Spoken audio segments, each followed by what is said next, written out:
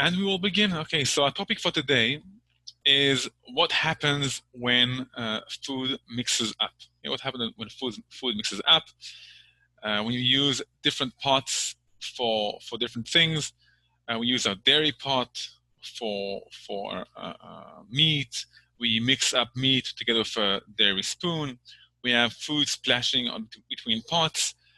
So things like that always happen in a kitchen, and a kitchen that you have hierarchically questions coming from it means that it's a kitchen which is being used. Okay, a kitchen which is never used is a kitchen without any cooking in it. The best way to prevent from problems in the kitchen is not to cook, but since we all need to eat, so we do have questions every now and then. I have a good story for that. Just when I was learning a few years ago the halachot for the Rabbanut, for the test of the Rabbanut, just when I was learning these topics, so I had a question who his wife, after quite a few years of waiting to become pregnant, she became pregnant, and she had twins. So for the few months before she gave birth, the last few months, she wasn't allowed so much to get out of the bed and to cook and to do all sorts of things. And in those few months, all of a sudden, he started asking me all sorts of questions. Like I took this glass container and I used it for meat, and I took this container and used it for milk, and then by accidentally I put the meat barikasses together, the milk barikasses together in a meat container. After a few times that it happened, I told him, look, I have for you a great solution for all of your problems. Let your wife come back into the kitchen, and that will solve all the problems. She knows the dishes, she knows what belongs to what, and that will solve all the problems. Obviously, you couldn't do it, and also it's important for everyone to know the halachot. So let's go over the topics of the class, and we will see what we're learning. Okay, so I'll just make this bigger.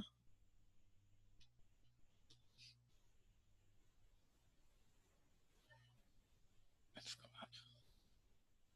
Second, I'm going down.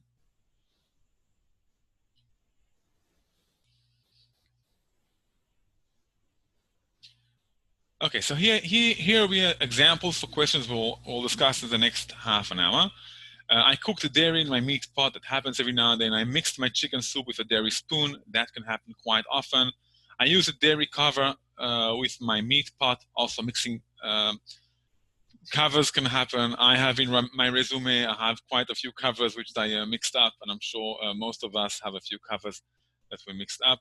Milk splashed on my children's pot. That happens quite often, especially if we cook or fry something dairy next to something meat. And I cut onion with a meat knife. These are questions. Hopefully we'll discuss all of them today. Before we go to the terms, I just want to go to preventing problems. And we learned that a few classes ago, so I won't repeat it again, but we mentioned the Ramah, Rav Moshe Isserlich, the Ashkenazi rabbi, who said it's a custom in all of the communities of Israel, or at least where he lived, that they have two knives, one for meat, one for dairy, as we have, and it's a custom to mark your milk knife. And last time we discussed why the milk, I said this is a custom, this is what we should do. And really, when you talk about problems, so before we go into deal with the problems, it's easier to prevent them than to afterwards solve them. For 6 years, I was a rabbi in the army, in the IDF, and every dish, every container we had, everything was marked. Red for meat, blue for dairy, or had holes in it for dairy, depending what it was. Obviously, we didn't put holes in the bottom of a frying pan for obvious reasons. Also, parv also had a color. It's green or yellow color. And that prevents so many problems. And my wife knows in my house I have 2 small containers of paint and dishes which tend to mix up with each other. Not the cutlery I bring to the Shabbos table, but cutting knives and serving and mixing up things which I might mix up. So I mark them, and that way I know there's no way we can have a mistake, and it solves problems. So before we go into trying to solve the problems, it's much easier to prevent them, and it's really simple. I just bought those the paint for nails, the lac for nails. I just paint the tip, the end of the knife, and it really solves problems. Anyway, what are we going to discuss today? The terms we're going to use is nullifying a forbidden ingredient. It's what we call in Hebrew batel b'shishim, a portion of 1 to 60. Another important term we will learn is bad taste, or noten ta'am nifgam, eino ben yomo. All of them are around the same idea. We'll explain it in a moment, and spicy or sharp food. So let's go to the first term, nullifying a forbidden ingredient. We have a halacha, and that's also that we learned quite a few weeks ago, that when we have a mixture of foods, it's a problem only if the taste passes on or transfers from one ingredient to the other ingredient. And especially in the olden times, and also some in our days, taste can transfer also via dishes. I use a pot, especially, we'll give an example of a cast iron pot. I use a cast iron pot. It's a known thing that those pots absorb some of the taste in them. And the next time I cook, so it gives out the taste. And there's a very important term which we learned also a few weeks ago, that as a default, when we have a portion of 1 to 60, and it will be very important in some of the examples we will see soon, when we have a portion of 1 to 60, so everything is fine. Okay, so that is an important halacha. When we talk about dishes, let's say I have a pot, and inside it's a meat pot, and inside I have milk. We calculate the 1 to 60 between the milk inside, what is cooking inside. Okay, so we calculate the portion between what is cooking inside and between the whole pot which is around it. Now it's very, very hard to find a pot which the liquid inside is 60 is times 60 the volume of the pot itself. I once calculated that it's a pot which it's about, I think, 1 meter wide and 2 meters tall, depending on the thickness of the pot. It's a very, very big pot. It's very, very hard to find a pot which the container, okay, the thickness of the container or the volume of the container itself is 1/60th of all of the food inside it. And yet this halacha is an important halacha. We'll meet it very soon. A very, very important term, and we'll apply it soon, is bad taste. There's a halacha that bad taste that isn't osir, doesn't make something to be non-kosher. Okay, and the very common example for bad taste is a container, a dish which absorbed taste inside it. Our sages said that after 24 hours, so this taste which is absorbed inside doesn't taste the same. It's already bad. It doesn't give a good taste to the food. For example, I take a pot. I cook inside meat on Friday. Okay, I took out the meat. Shabbos, I didn't cook anything, obviously. On Sunday, I used by accident this pot to cook milk by mistake. The taste of meat which is absorbed inside the pot isn't such a good quality anymore, and it's not enough good quality to make. It's a bit easier. We'll get to it later. Okay, but it's a very important term to know. When any container, any dish which absorbed food, and I'm highlighting the word absorbed, okay, which absorbs food, after 24 hours, the food, the taste which is absorbed inside it, isn't such a great quality anymore, and things are much easier. And it's important to say absorbed to food itself, which means if we have which we call be'ein, I can still see it. It's not absorbed. I can still see it. So this term doesn't apply to it, which means I have a piece of meat. It could be that after 2 days it will still have a good taste in it, depending on the meat. But the fact that 24 hours passed on something which exists, I can see it in my eyes, so that doesn't apply to it. The rule, halacha of 24 hours, which to summarize it up, the halacha of 24 hours applies only to tastes which are absorbed in something. And I'll give an example from today. Actually, I'm quite shocked. I was quite shocked this morning. I kashered the microwave. Now, I looked into the microwave, and I saw the microwave looked clean. And the way to kasher a microwave, you clean the microwave, and you put inside a cup of water with a bit of soap in it, and you boil it about 2 or 3 minutes, depending on the microwave. after 2 minutes, so I can see that the bottom of the microwave, the water was brown. I didn't understand where did the brown water come from. So I repeated it again, and the water was again brown. I didn't understand, why is the water so brown? I looked up onto the top of the microwave, and I never thought of looking up into the top of the microwave because usually I'm used to coming to clean microwaves, and I see it was covered with, I guess, fat or all sorts of other things, which is splashed onto the top of the microwave. So since all of this food is really existing there, it's not just taste which is absorbed. So the halacha of after 24 hours, it's fine, doesn't automatically apply. Okay, it might apply, not automatically. So let's just summarize again before we go to the spicy and sharp food. Bad taste, the common example which we'll discuss today, any taste which is absorbed into any container that after 24 hours already, it's ruined and it doesn't have the power of a regular taste. This has an exception. When something is spicy or sharp food, I'm not sure how much you're used to eating spicy food or maybe sharp food, that maybe Bracha Nahari can say it's like that. When we use spicy or sharp food, so you know that it absorbs the taste in a very special way. And more than that, something in the spiciness can still contain the food and make it be edible even after a week. When I was in the army, I'm not sure if we were supposed to do it, but we had schug.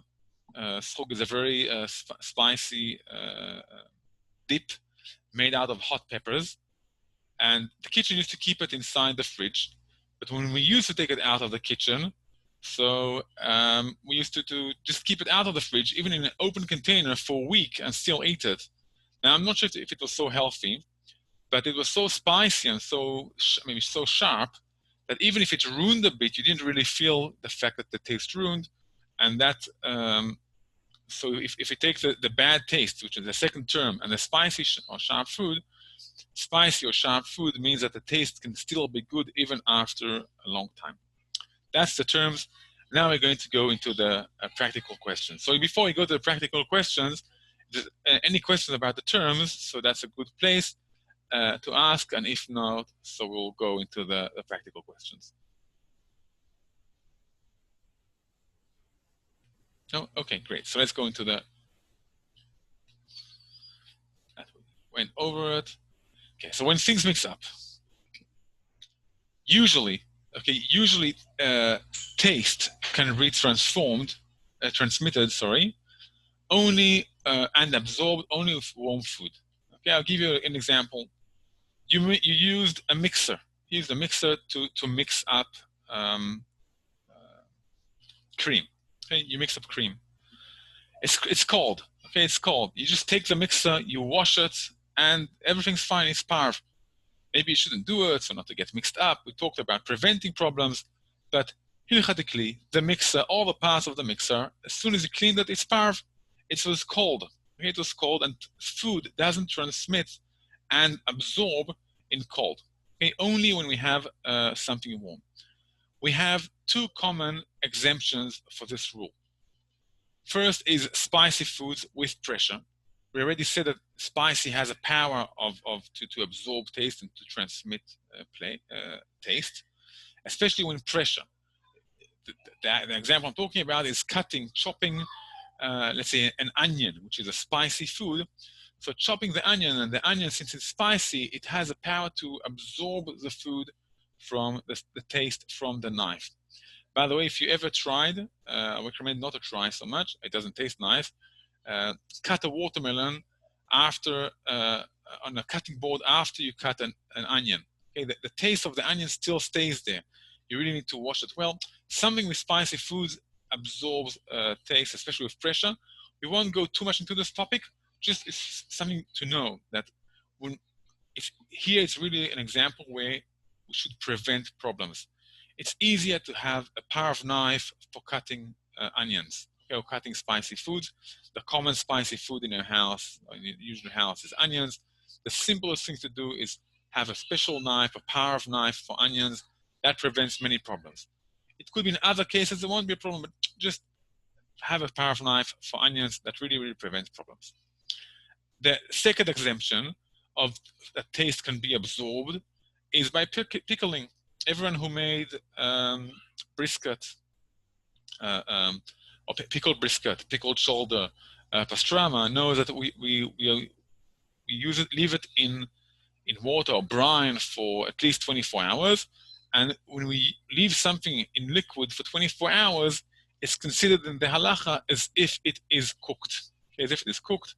The first time I made pastrama, so many years ago, I was amazed to see how the color of the chicken changed from being inside the brine, and I could see really how it's not really cooking, but there is something of cooking into it. So pickling or leaving something in water or brine for 24 hours is considered as cooking.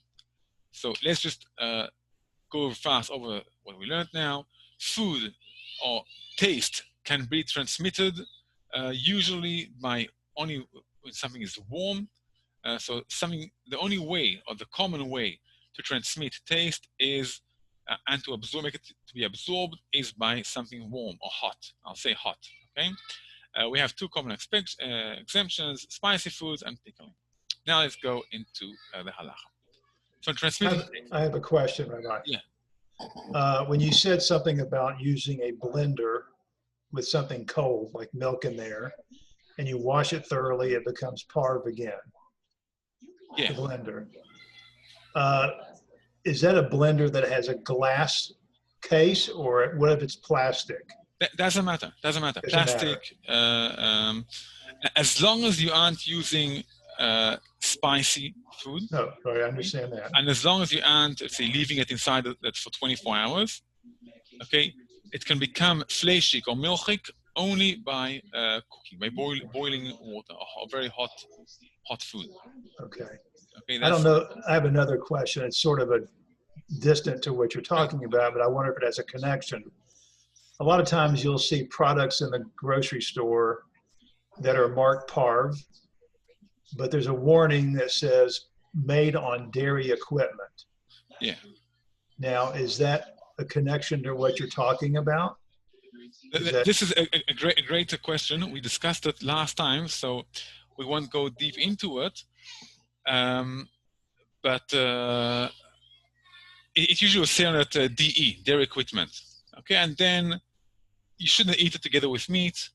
You can eat it after meat or before meat. And that's the topic for last time we learned. It's quite an interesting topic, but yeah. And what happened there is the cooked something. They made cookies or cakes, even if it was hot. But then they used afterwards the same line for parve, something parve. Okay. So we can't trust that it's actually parve. Just consider it's dairy because it was dairy equipment. It's a discussion. You can eat it after meat. Okay. You can eat it after meat. After meat. Last week not only one moment. Last week we had the question whether you can eat it with meat, but you can eat it after meat. You shouldn't eat it with meat. You can eat it after meat. Okay. Yes, I can see that. Anne Webb raised a hand. Hi, I have a quick question. So I've always been confused about this topic of whether dairy equipment is permitted after eating meat. But you're saying it is. So in any food that's been made on dairy equipment if it's parve, is allowed after meat? Yeah. So dairy equipment, which is parve, and only if it says DE, not D, right? Only if it's really parve, so you can eat it after meat. Yeah. Okay. And then with meat equipment, you are, if it's parve, you're able to eat it and then be able to eat dairy after that. Exactly. Yeah. Yes. Okay. Exactly. Yeah. Okay. Thanks. Okay. Okay. So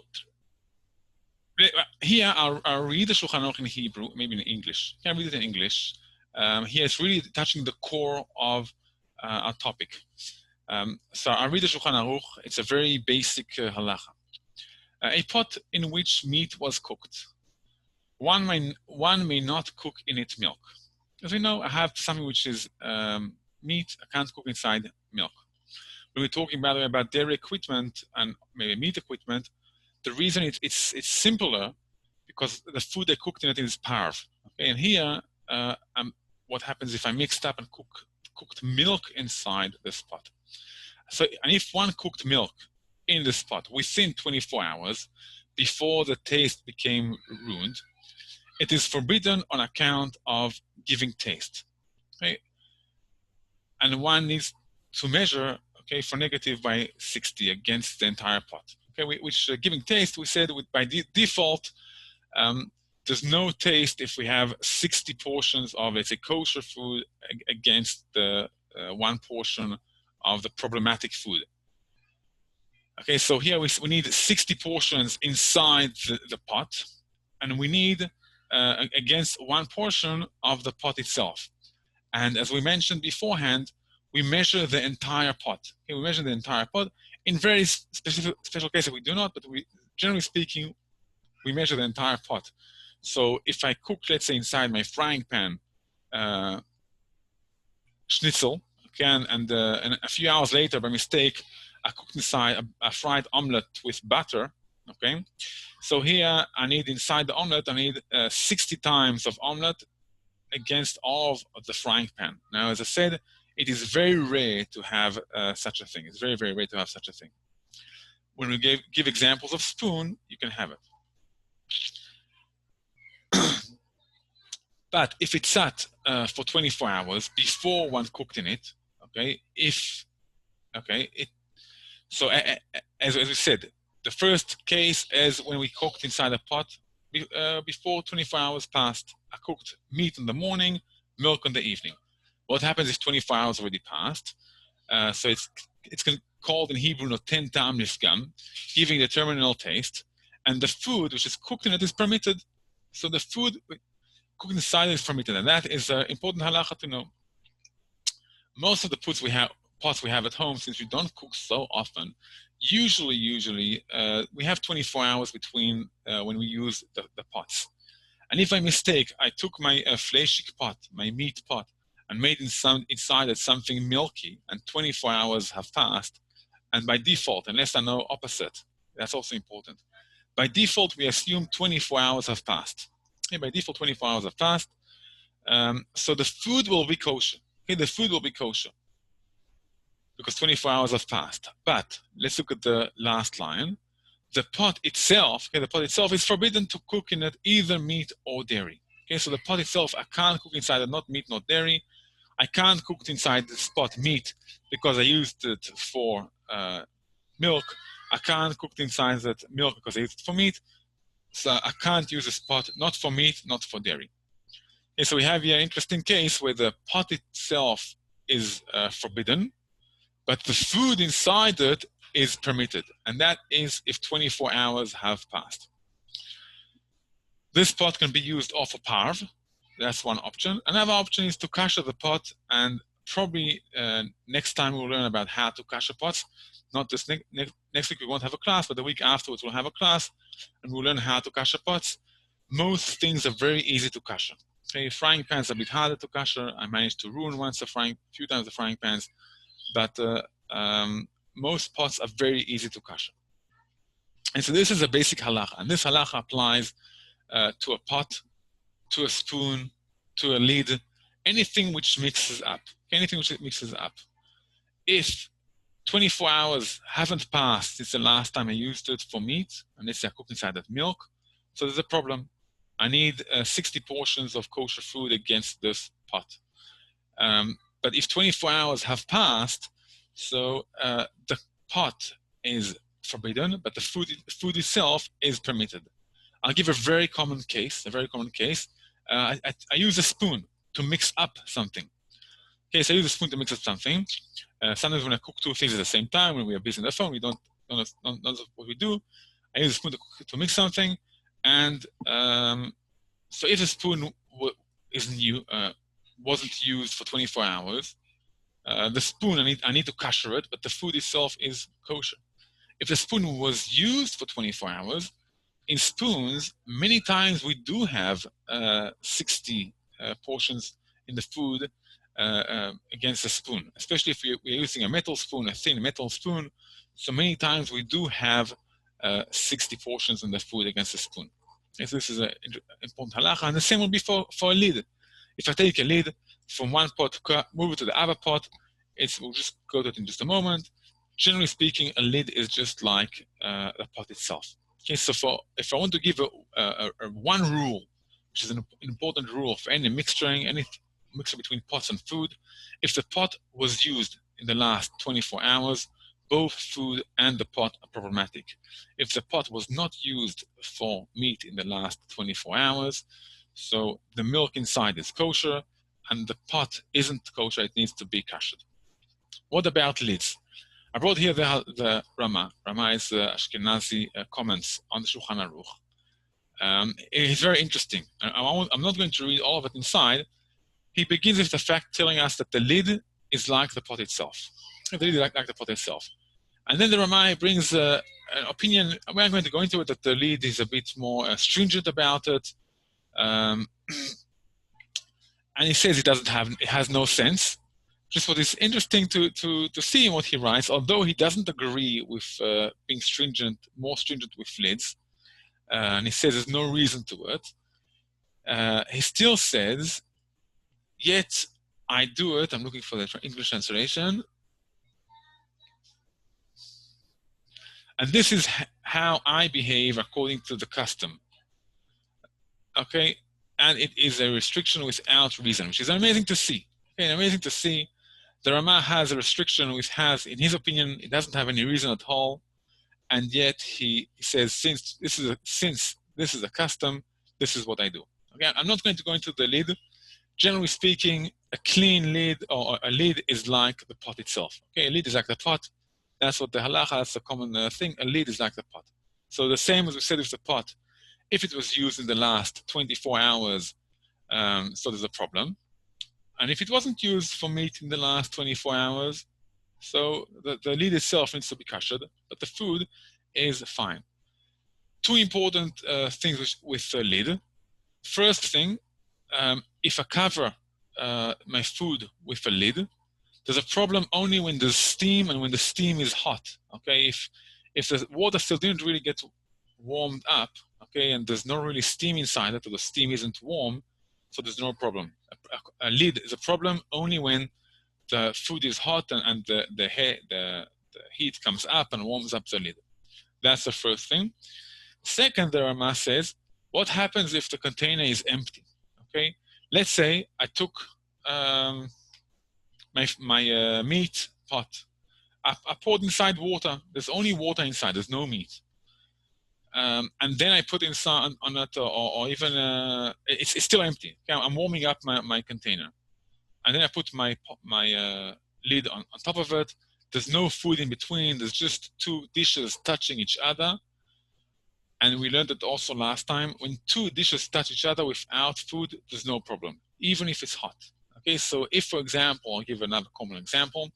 If you're cooking on the stove and you have two big pots on the stove, one is meat, one is milk, and the pots touch each other, there's no food in between, they're clean from the outside, there's no problem. That brings us to the next topic, which I didn't make here. I didn't make a slide, so I can stop sharing the screen. What happens when food splashes from one container to another container? Okay, a common example is usually on Fridays. That's when all the interesting questions happen. We are so busy and we have to do so many things at the same time. And I'm making my children. It's on the flame, and next to it, I'm trying to fry an omelet to my children. I put butter inside it, and the batter is splashed onto the meat pot. What do we do then? So here again, as it's easier to prevent problems. Whenever in my house, whenever I have meat and dairy at the same time on the stove, whenever I do it, I take a bit of tin foil. It's not so expensive, and just put it in between the two dishes. It just prevents problems. It's easier to prevent the problems than to afterwards solve them. So in my house, whenever I have meat and milk cooking at the same time, and when they're open, and then they can splash on each other, I just take a tin foil, a small sheet, and put it in between. It really, really helps. what happens if I didn't do it and it's splashed? Okay, it's splashed. Generally speaking, the halacha is quite stringent about it. I checked, I searched, and I saw that the common custom is to be lenient about it. Okay, the common custom is to be lenient about it. I spoke to Rabbi Jacob Greenblatt, and he found for me a reason why to be lenient about it. But just so you should know, before I go to the halacha, the actual halacha, according to the halacha, what is written in the Shulchan Aruch, as soon as milk, let's say, splashed on a meat pot with meat inside it, so the pot itself is not kosher. I need to kasher it, okay? And the food inside it, depending on when, sometimes it's kosher, sometimes it's not. Okay, that's the general speaking halacha. The common custom is, especially when we have small amounts, like let's say I used butter to fry in my frying pan, and just a tiny drop splashed onto the meat pot. So the common halacha is that everything is fine. Also the pot and also the food inside it. The common halacha is to say that everything is fine. It's such a small amount. You can't see it. Okay, you can't see it. Such a small amount. That's a common halacha. Although, as I said, the Shulchan Aruch seems from it much more stringent. Not just the Shulchan Aruch. All of the poskim, all the rabbis are much more stringent about it. And yet, for different reasons, the common practice halacha, if just a few drops splashed from the frying pan with batter inside it to the pot with meat, so to say that everything is fine. I'll touch it's really one or two sentences, spicy foods. Okay, and we won't go deep into it. We might have another class for spicy foods. We say that food can be transmitted and absorbed only by heat. Okay, and we said that after 24 hours, any taste that was absorbed is bad, is ruined. It's not considered as good taste. Spicy food, okay, takes those two halachot and says, you think life is easy? So spicy makes it harder, okay? Spicy food is considered as hot food. It can absorb food, and not only it can absorb food, it can take the ruined flavors and make them great again. It can make them better again. So in spicy food, we try to be careful about it. There's different details in it. What is spicy, what isn't spicy, what happened if the knife was used beforehand. Okay, so there's different details about it. The easiest thing, I said, is to have a knife, especially for onions and for spicy food. It's also good to have a cutting board, but, and here comes a common question, if you cut your onion, okay, with a vegetable knife, which is usually parv, okay, vegetable knife is parv. So you cut your onion with a vegetable knife. By mistake, you used a meat cutting board, or by mistake, you used a dairy cutting board, okay? If it was clean, so also the onion is fine. If it was clean, the onion is fine. And the reason is that spicy food is stringent about it only when it has also pressure. Okay, when the knife goes into a pressure, that causes to take out every small drop of taste, of flavor, which is stuck onto the knife will be absorbed by the onion. But the cutting board, there's no pressure, there's not so much pressure between the onion and the cutting board, and therefore the cutting board will be fine. So if by mistake you used a meat cutting board or dairy cutting board to cut an onion, so everything is fine. This is general what we saw up to now. If there's any more questions, so great. If not, so we'll just go over it, summarize everything in 1 minute, and we'll say good night. I have another question. Yeah, great. If for some reason you're preparing, say, a soup, and you need to make a large quantity, but you have a parv pot, and you want to make a parv soup. It's a vegetable type soup. Okay. If you have too much ingredients and this parv pot you have is not big enough, can you use a meat pot and the soup would still be parve, and then you have to re-kosher the meat pot? Or do you have to re-kosher the meat pot? So, first, it's a great question, an interesting question, quite a common question also. And the soup would still be parve. That's two questions there. Yeah. Okay. Obviously, your question is, do we need to kosher the meat pot before we cook the soup? Because the soup is parve, so the soup can't do anything. The pot's not been used in 24 hours. Yeah. So the question is, do we need to kosher the pot before we use it for the soup? We have here, for Sfaradim, I'll say, no. You don't need to kosher the pot. Okay? That is also part of the topic of dairy equipment. If the pot was not used for 24 hours, the pot was not used for 24 hours, and I'm cooking inside it parve, not milk, okay? I'm cooking parve inside it. So you can see from my face. It's parve, but it's not agreed by all of the poskim. Okay? I didn't count, and probably most rabbis, most authorities will say it's parve, and there's no problem even to plan it. Some rabbis will say, look, it's parve.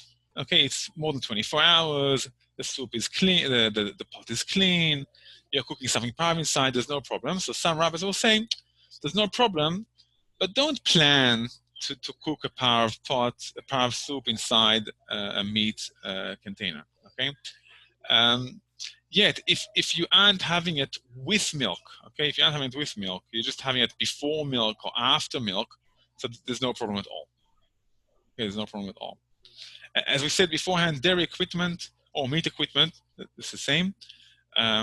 We try not to mix them together with meat or milk, but eating it before or after, so there's no problem with that. Okay. Yes, of dairy equipment. Okay, so just for 1 minute, just summarize up what we learned, and probably the most important halacha we learned today is the difference between a pot being 24 hours and not being 24 hours. We said if the pot was, let's say, a cooked milk, and in a meat pot, if it was used in the last 24 hours for meat, so the pot needs to be kashered. Also, the food isn't kosher. I can see, Anne, that you're raising your hand. We'll go to you in a moment. And if more than 24 hours have passed, so the food is fine, the food is kosher, the pot needs to be kashered. Hopefully next time we'll learn how to kasher food. We learned about food splashing between, let's say, milk to meat. We said that generally speaking, the halacha, the poskim are quite stringent about it. The practical, and I'm not going into the details of it, but the practical halacha is if it's only small amounts, really, really small amounts. So the practical halacha is to say everything is fine. And Anna, we're getting to your question. I can see you raised up your hands. Thank you, Rabbi. So my question pertains to something cold.